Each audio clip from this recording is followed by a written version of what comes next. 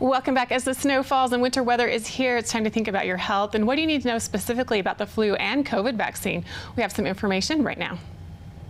It's that time of year again for the seasonal flu vaccine, but not just flu. It's also important to think about the COVID-19 vaccine, which is free and available for everyone ages 5 and up. Some people are eligible for a booster, and others, like young children, are getting their first or second shot. Dr. Carl Lambert, a family physician based in Chicago, Illinois, is here to answer top questions and to discuss the importance of vaccines in building a community of immunity. Thank you for joining us, Dr. Lambert. My pleasure. Oh, Doctor, many people are searching for information and asking questions about getting their children vaccinated. Why is it so important for children to receive their shots? And is it true that immunization helps them not only physically but mentally as well?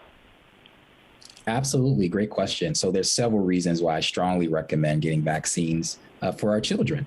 First is they do contribute to the community of immunity, which means that the more people and age groups in the U.S. that we get vaccinated against, say, COVID-19 or the flu, makes it really hard for these viruses to really spread or to crop out or have outbreaks in our communities or even in our families. In addition, I think that's important because we do know that kids, even though they may not be the ones that have severe infections or hospitalizations, they can spread it to those who may have those consequences, such as those who are older adults or may have weakened immune systems. So again, it's important that even our kids get vaccinated. Then secondly, to your point, anything that just helps to preserve in-person learning, socialization, such as athletics, community service, and clubs, we absolutely want to preserve that. And vaccinations in general can really help to preserve that for our kids. And we do know that having those things in place really does help with social and emotional health and just quality of life for our kids. And then thirdly, even though kids may not be the ones most likely admitted or hospitalized for COVID-19, we do know that it can occur. And then even those who have the infection, they may have long-term syndromes that cause inflammation in their body. So again, vaccinations can really help to prevent that as well. So these are all things that I talk to my families about and strongly recommend that their kids and the whole family gets vaccinated for both of those viruses as soon as possible in these winter months. Many people have questions about the safety and efficacy of the COVID-19 and flu vaccine, especially for children. So what do you tell your patients?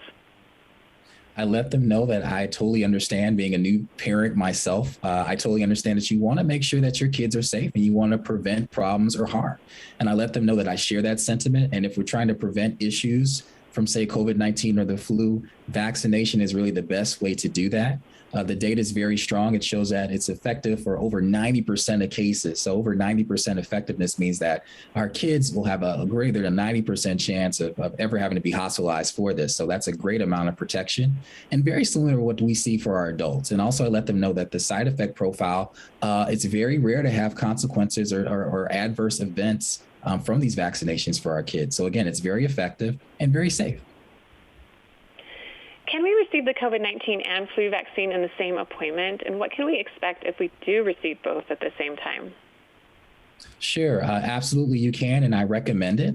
Truthfully, that is what I did. I got my COVID booster and flu shot at the same time, and I let my patients and families know that it's pretty unremarkable. Some of the things that you might experience are very common with any sort of vaccination. So you might have arm soreness, you might have an elevated temperature, headache, muscle aches, or even some fatigue.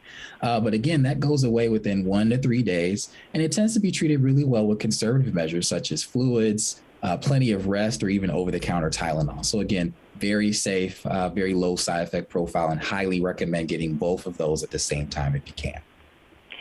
Some people might feel unsure of how to openly talk to their doctor during appointments. So what advice would you give to anyone who has questions about vaccines and how to build that trust between you and your family physician?